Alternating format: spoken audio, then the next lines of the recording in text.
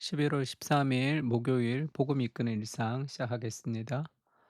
오늘 제목은 절망을 이기는 방법이라는 제목이고요. 슬픔이라는 것이 내가 이길 수 있는 고통이라면 절망은 내가 이겨낼 수 없는 고통을 절망이라고 합니다. 그런 절망이 몰려올 때 어떻게 그 절망으로부터 벗어날 수 있을까?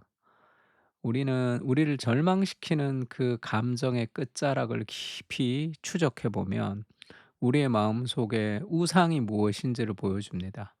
하나님이 계신데 절망하는 거잖아요. 그러면 하나님보다 그 대상을 더 사랑했다는 반증이기도 합니다.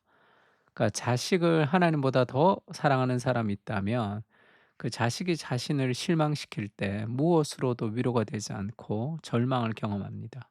하나님이 계셔도 말씀을 읽어도 위로가 되지 않는 거예요.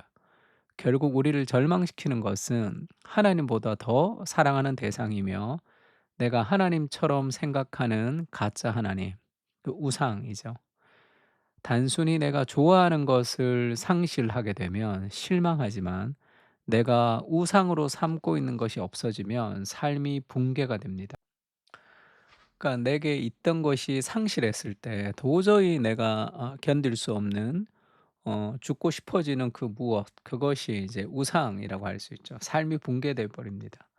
배우자가 실망하게 했을 때 하나님의 말씀으로도 위로가 되지 않고 하나님이 계셔도 위로가 되지 않는다면 그것은 내가 배우자를 하나님보다 더 사랑했기 때문이죠. 그 절망에서 회복하는 첫 번째 단추는 나를 절망시키는 그 대상을 하나님보다 더 사랑했다고 고백하는 회개로부터 시작됩니다. 하나님은 "나 외에 다른 신을 내게 두지 말라." 이렇게 말씀하시죠. 하나님을 가장 사랑할 때 우리는 모든 절망으로부터 구원을 얻고 하나님보다 더 사랑했던 대상들을 회개할 때 우리를 절망시키는 모든 우상에서 벗어날 수 있습니다. 그래서 결국 우리를 절망시키는 무엇이 있을 때 '내가 왜 절망할까?' 돌아봐야 돼요. 하나님보다 더 사랑하는 무엇이 있기 때문에 그 상실감을 우리가 견딜 수 없는 경우가 많습니다.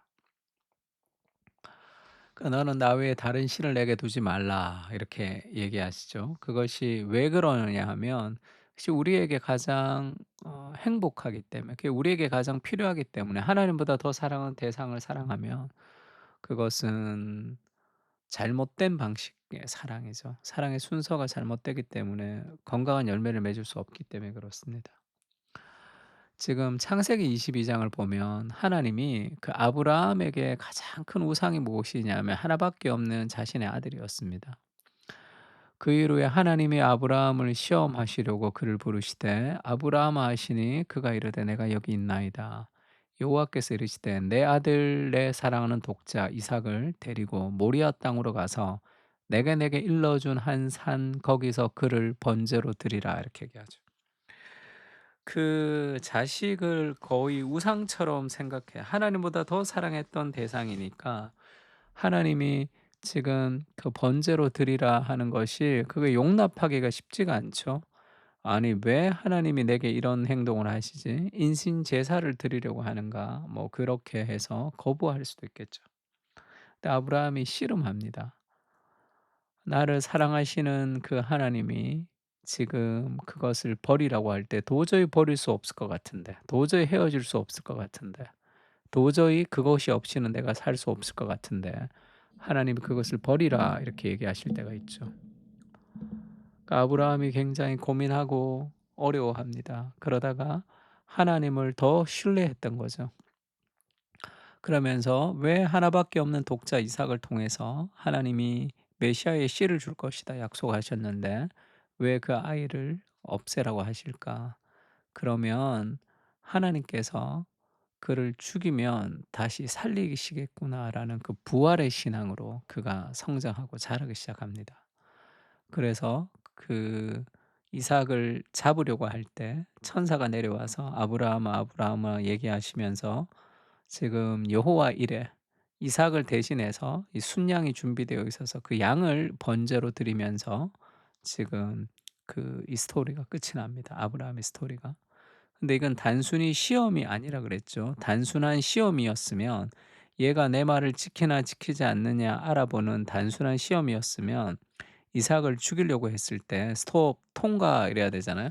근데 그렇게 통과하지 않고 이삭 대신에 순양이 죽음으로 이 일들이 끝납니다.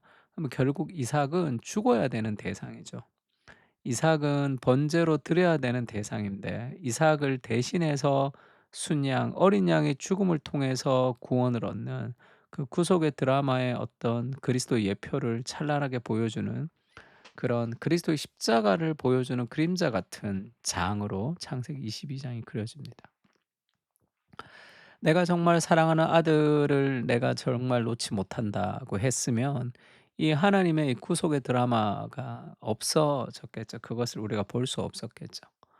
그래서 하나님이 내게 요구하시는 것이 있습니다. 이것을 뺏어가면 안 될 것 같지만 하나님이 그것을 내어 놓으라 할 때 그것은 우리에게 더 큰 자유를 주는 거죠. 더 큰 하나님의 세계가 있습니다. 그러니까 그것이 없으면 안 됩니다. 하나님만 있으면 다 됩니다. 그것이 없어도 돼요. 내가 곧 죽을 것 같지만 그렇지 않습니다. 그것이 내 삶의 우상이죠. 이 사람이 아니면 안 됩니다. 이것이 이 물건이 아니면 안 됩니다. 이 직장이 아니면 안 됩니다. 그 모든 것이 삶의 우상이죠. 로마서 8장 31절 이런 말씀이 있죠. 그런즉 이 일에 대하여 우리가 무슨 말을 하리요? 만일 하나님이 우리를 위하시면 누가 우리를 대적하리요?